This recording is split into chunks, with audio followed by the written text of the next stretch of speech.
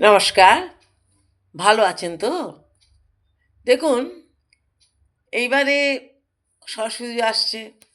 তারপরেই আসছে দোল অর্থাৎ বসন্ত উৎসব। সরস্বতী পুজোটাকে বাসন্তী পঞ্চমীও বলে। আর দোলটা তো বসন্ত উৎসব নামই হয়ে গেছে।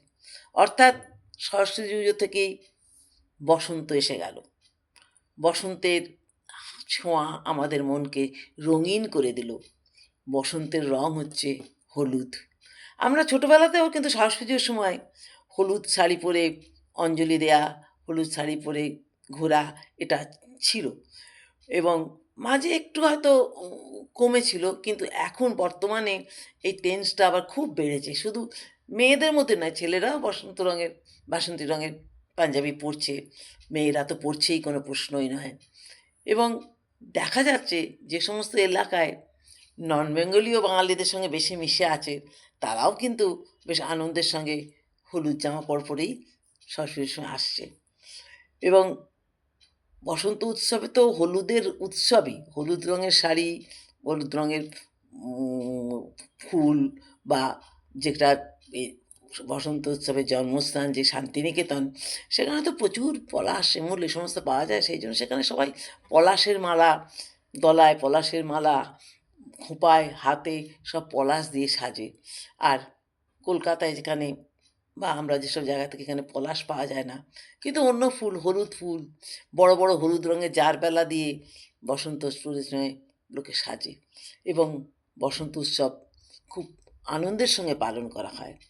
যারা বলছে যে আজকালকার ছেলেমেয়েরা সব এই সমস্ত, তাদের ওয়েস্টার্ন নাচ, ওয়েস্টার্ন গান, ডিজে এ সমস্ত না হলে তাদের হয় না। আমাদের পরের প্রজন্মেরা আর এ সমস্ত মানবে না। বঙ্গ সংস্কৃতি বলে কিছু আর থাকলো না। এটা কিন্তু সম্পূর্ণ ভুল ধারণা। এখন দেখবেন এখনকার ছেলেমেয়েরা বঙ্গ সংস্কৃতি বাঁচিয়ে রাখার প্রাণপণ চেষ্টা করে। বিদেশে তো দেখেইছেন, আমাদের এসব থেকে বাংলার বাইরে বা তো আছেই, মানে সমস্ত বেঙ্গলি গ্রুপই আছে যারা প্রতিটি অনুষ্ঠানের পরেই বঙ্গ সংস্কৃতিকে বাঁচিয়ে রাখার, বাঙালির উৎসব, বাঙালি নাচ গান, শুধু সেখানে বাংলা নাচ গান, কবিতা বলা এ সমস্ত হয়। কলকাতাতেও বা পশ্চিমবাংলাও প্রচুর বঙ্গ সংস্কৃতির অনুষ্ঠান হয়েছে। বসন্ত উৎসব মানেই তো বাংলা গান। বাংলা গান মানেই যে রবীন্দ্রসঙ্গীত তা নয়। এখন প্রচুর বসন্তের গান বেরিয়েছে। বহু বাংলা গান জনপ্রিয় হচ্ছে। বাংলা শিল্পীরা প্রচুর সম্মান পাচ্ছে। এখন মানুষ বাংলা গান শুনছে, গাইছে এবং অনুষ্ঠানে এই যে বসন্ত উৎসবে নাচ গান সব বাংলা দিয়েই হচ্ছে। সুতরাং পরের প্রজন্মর হাতে পড়ে বঙ্গ সংস্কৃতি চলে গেল, এই ধারণাটা কিন্তু একদম ভুল। তারা কিন্তু বাঁচিয়ে রাখবে। আমরা যেভাবে বাঁচিয়ে রেখেছিলাম, আমাদের চেয়ে অনেক বেশি সুন্দর করে, অনেক বেশি ডেকোরেটিং করে ওরা বাঁচিয়ে রাখছে। এটা তো আমরা কি মাথায় ছোটোবেলায় এরকম ফুল-টুল দিয়ে অত নাচতাম? তা তো নাচতাম না। কিন্তু এখন ফুল দিয়ে সাজানো, ফুল দিয়ে করা একটা ট্রেন্ডস হয়ে গেছে। আমার তাই মনে হয় যে বঙ্গ সংস্কৃতি যথেষ্টভাবে বেঁচে থাকবে এবং অবাঙালিদের মধ্যেও ওদের যেমন অনেক অনুষ্ঠান আমরা নিয়েছি, ওদের ডান্ডিয়া নাচও আমরা নাচছি, ওরাও তেমনি আমাদের সঙ্গে রবীন্দ্রসঙ্গীত গাইছে, রবীন্দ্রসঙ্গীত নাচছে। ওরাও কিন্তু মেলবন্ধন হচ্ছে। আসলে আমরা তো সর্বভারতীয়তে ভারতীয়ই, আমাদের একটাই পরিচয়।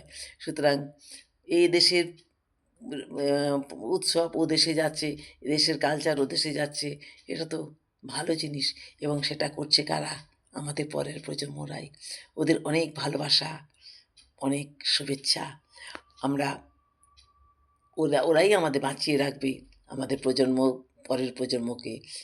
আপনারা কি বলেন? আপনারা লাইক, কমেন্টস করে আমাকে জানাবেন, যেটা আপনারা মনে হবে। আর অনেক ভালোবাসা রইল আপনাদের প্রতি।